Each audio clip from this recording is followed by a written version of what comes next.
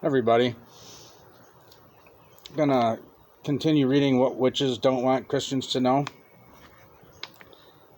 but I will not be around for the next 4 or 5 days around any internet, so I won't be reading for 4 or 5 days.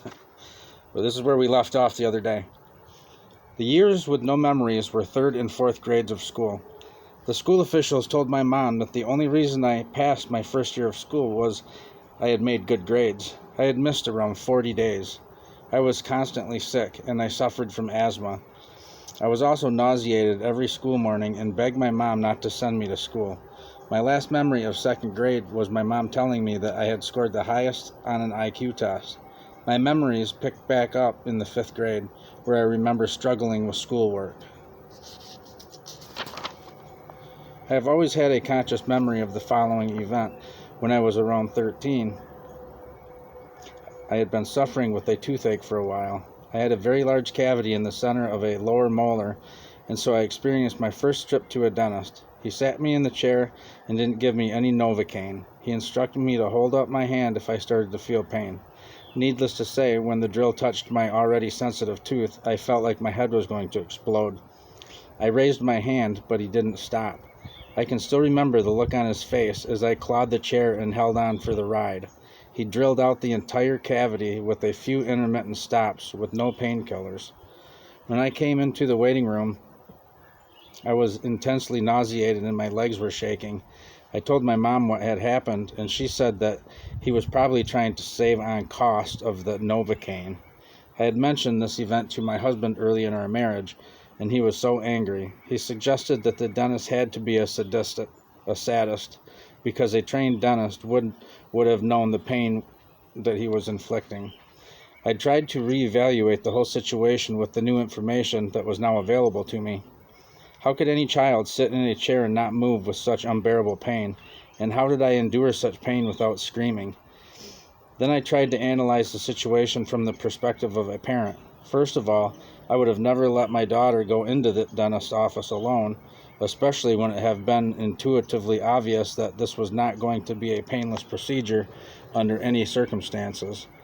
But if one of my daughters told me that a dentist drilled one of her teeth with no Novocaine, he would have needed a proctologist to retrieve his drill. The anger that surfaced with this realization was startling. I probably was supposed to disassociate this event, but it stayed in my conscious memory. At that point, I asked everyone to call me Mary instead of Mary Lou. During the same time frame in the 7th grade, I started making top grades again. This variance in achievement might be linked to the development of different personalities. My high achievement continued through high school. I wanted to be the valedictorian, but my typing class put a halt to that goal. I could not get both hands to work in conjunction to type. I was proficient on the old-style calculators. We called them adding machines, because I was just using one hand. Considering what I have read concerning right-left brain mind control techniques, this may be another clue to what was going on behind the scenes. It took all year for me to master typing, and I made a C in that class, which obviously put me out of the running for valedictorian. I graduated 4th in my class, but as far as I was concerned, that was a failure. What little self-esteem I had was due to my achievements in school, so this was a difficult time for me. I continued through high school, and another lapse in memory happened when my senior class went to Florida. We went to Disney World, and as soon as we entered the park, I went directly into one of those shops to buy a pair of Mickey Mouse socks. A girl from my high school had asked me to buy them for her, and I didn't want to forget. The odd thing is that I don't have one other memory of that day. You would think that I would have had some memory of a ride or seeing the Disney characters. I used to tell people that the only thing I remembered about Disney World was that it had a tall fence around the parking lot with wire on top. Those that had been there would always say, "There's no fence." Was I taken to a military facility while I was on the trip and I confused the two places? Did a different personality go through Disney World and the memories are hidden there? I consider whether I could have been taken in the middle of the night while everyone was asleep I haven't talked to anyone that was on that trip with me because I didn't want to put them in danger. When I got back home, something was wrong with my eyes. Within a few weeks, it got to the point that I could not keep my eyes open, and the light was killing me. My parents took me to a doctor in Rolla, Missouri, and he referred us to a specialist in St. Louis. The specialist said that I had a condition that was a result of my trip to Florida. He gave me drops to put in my eyes and gave me a prescription for glasses that turned dark when I stepped outside in the light. The same condition occurred again while I was working at Fort Leonard Wood. That time, I was referred to an ophthalmologist in Rolla, Missouri. He was very rude, and he became upset because I couldn't hold my eyes open in the glaring light as he examined me. These events could be connected to some of my memories involving the creation of Iron Man. I told this to my husband many years before the first Iron Man movie came out. At that time, my husband indicated that when he was young, there were Iron Man comic books. Those memories involved being put in a series of 4 boxes. We were electroshocked with increasing voltage until we were able to use our minds to come out of the boxes. The boxes were made of paper, wood, concrete, and steel. Several victims were able to come out of the paper boxes, but after that, the numbers decreased dramatically. It was very difficult for me to believe that this was more than an internal script that was used to torment victims. If there is any physical reality to those memories, then God help us all.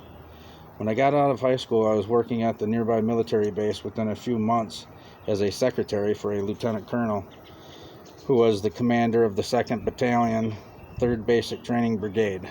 This battalion was later deactivated, and I transferred to the 5th Battalion, 3rd Basic Training Brigade. When I went for my initial interview, my soon-to-be boss was not impressed with my young age and lack of experience. When I arrived back at the civilian personnel office, I was shocked that I had been hired. My boss later told me that when he asked for other applicants, he was told that I was the only one. The civilian's job on that military base were coveted positions. I started at a step above the lowest grade, so it was highly unlikely that others would have been. Excuse me. Sorry, I don't have any water out here with me. My throat's getting dry. So it was highly unlikely that these others would have been qualified to apply for that position as a promotion.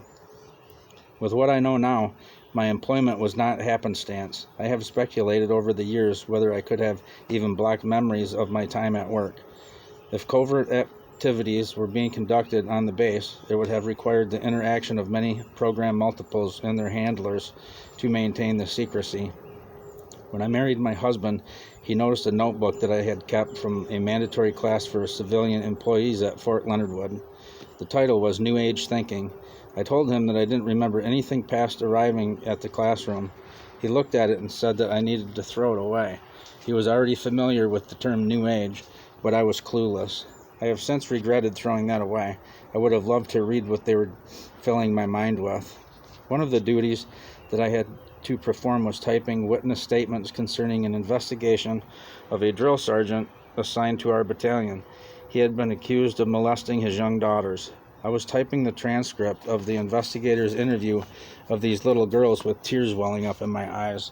The graphic details were hard to read, and my heart was breaking for these children. The mother of the children was defending her husband, although she was allegedly aware of the abuse. Although this would have been disturbing material for anyone to read, it was causing me to have sleepless nights.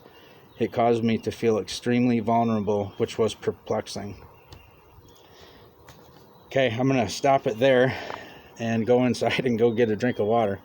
So I will pick back up where could these memories be real. So guys, have a great rest of your day. See you, love you, bye.